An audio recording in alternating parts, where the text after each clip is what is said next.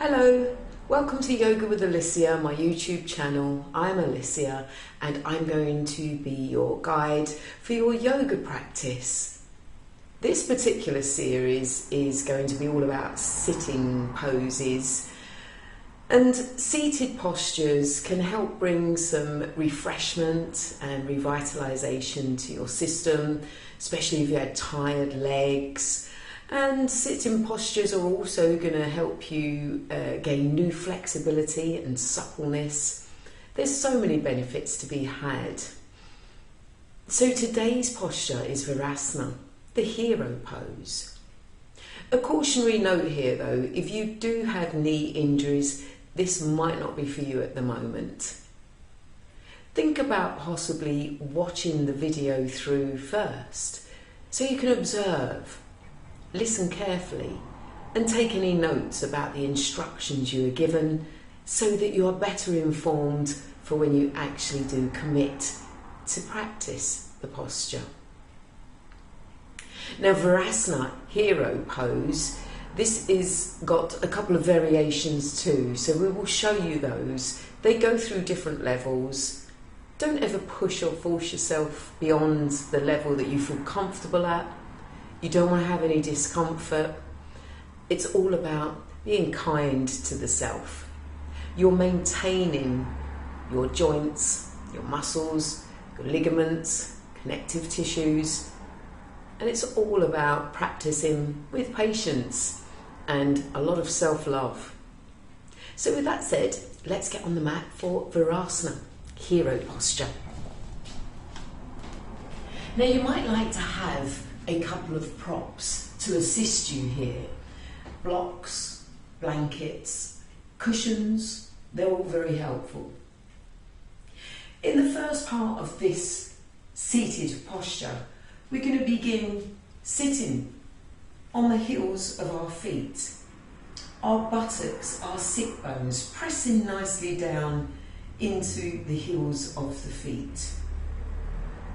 Ensure you do have possibly a block or a cushion nearby to assist you.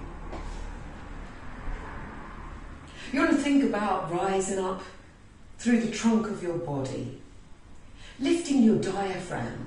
Your diaphragm is the large expanse of muscle just under the rib cage. Feel it elevate to help you sit tall. Have your shoulders back so that you begin to open out across front of chest, giving space around the heart area. What we're going to do is bring our hands in front of us to lift our buttocks and just separate our feet so that in time we will be able to bring our buttocks down in between the feet. But if this feels too much for you too soon, then use a block or a cushion to possibly sit on that.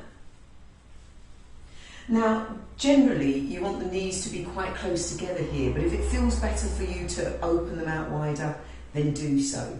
It's all about allowing yourself to relax into a comfortable pose. There's no point in feeling distressed or straining. You want to be kind to the self. So with your position now, you can bring the hands to rest into the soles of the feet, to allow the arms to straighten, to help lift and rise you up. What you also might find to be helpful is that you move your calf muscles. It's quite a fleshy part of the body. So rotate them outwards, bringing a little bit more space behind the kneecap, within the joint of the knees. Get the head and shoulders sitting nicely above the hips. The chin parallel with the thighs.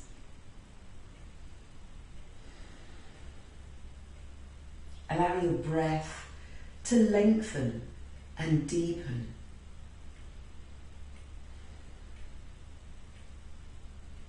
So this is a nice basic level to Virasana, hero posture. And it's good to repeatedly, with perseverance, practice this, because you'll find in time that you'll then be able to release the block out of the way, and you'll be able to bring the buttocks fully and completely down to the ground. Now you can link your fingers and you can invert the hands, stretch through the arms, get some space, and then you can raise those arms up over the head, keeping the chin parallel with the thighs, the mat, the floor. Rising up, creating length on the sides of your body, left side, right side. See if you can lock out the elbows, but if you can't, it's fine to have a bit of a bend. You want to also see if you can flatten the thumbs and the little fingers. They might be waggling up in the air to begin with, but if you can flatten them, and then allow the release of the hands down. So as a next level, you could allow the knees to widen, and again, if you feel it necessary, use a block or a cushion to give you some support, because you can go into a forward bend here. You want to keep planting the buttocks down in towards the ground whilst rising, stretching up through the trunk of the body, and just walk the hands forward. You'll extend through your torso as you begin to lower and stretch forward, reaching the fingertips to the top end of your mat, whilst you're continuously getting those buttock bones, the sit bones, down toward the floor too, to make the connection there. And see if you can rest your forehead to the mat for a nice few rounds of long inhalations and exhalations. If you want to use a bit more for arm definition, you could raise up onto the fingertips and keep the extension from the hips all the way through to the fingertips, so you're getting a really nice long stretch.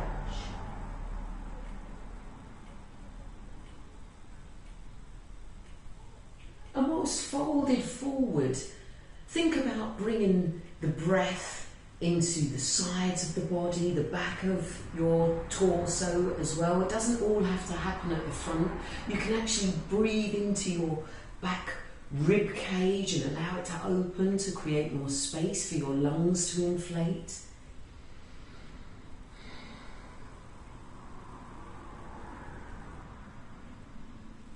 And then engaging the stomach and using some strength of the arms to gently bring you to return upright. You could have the hands back on the soles of the feet, and again draw up centrally. Make space through the neck, nice relaxed jawline and skin on your face. Now you can also go into a backward flexion for hero posture, but this is only if it feels good for you. It's not for everyone, especially if you do have any knee injuries. So you want to be nice and kind to yourself.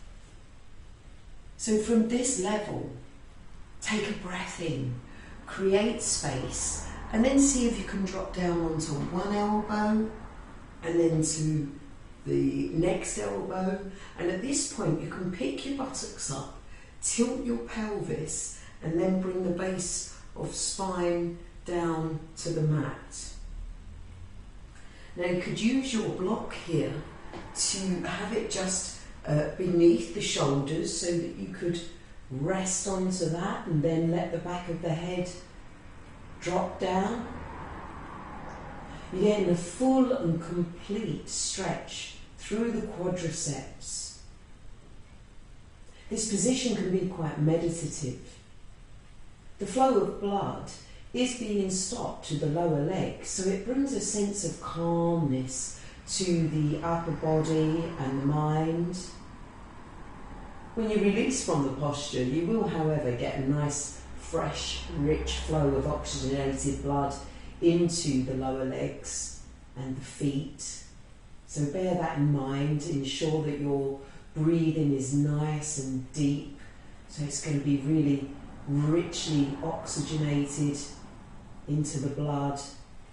If you feel you're able to, you could take the arms up over the head, maybe holding the hands around the opposite elbows.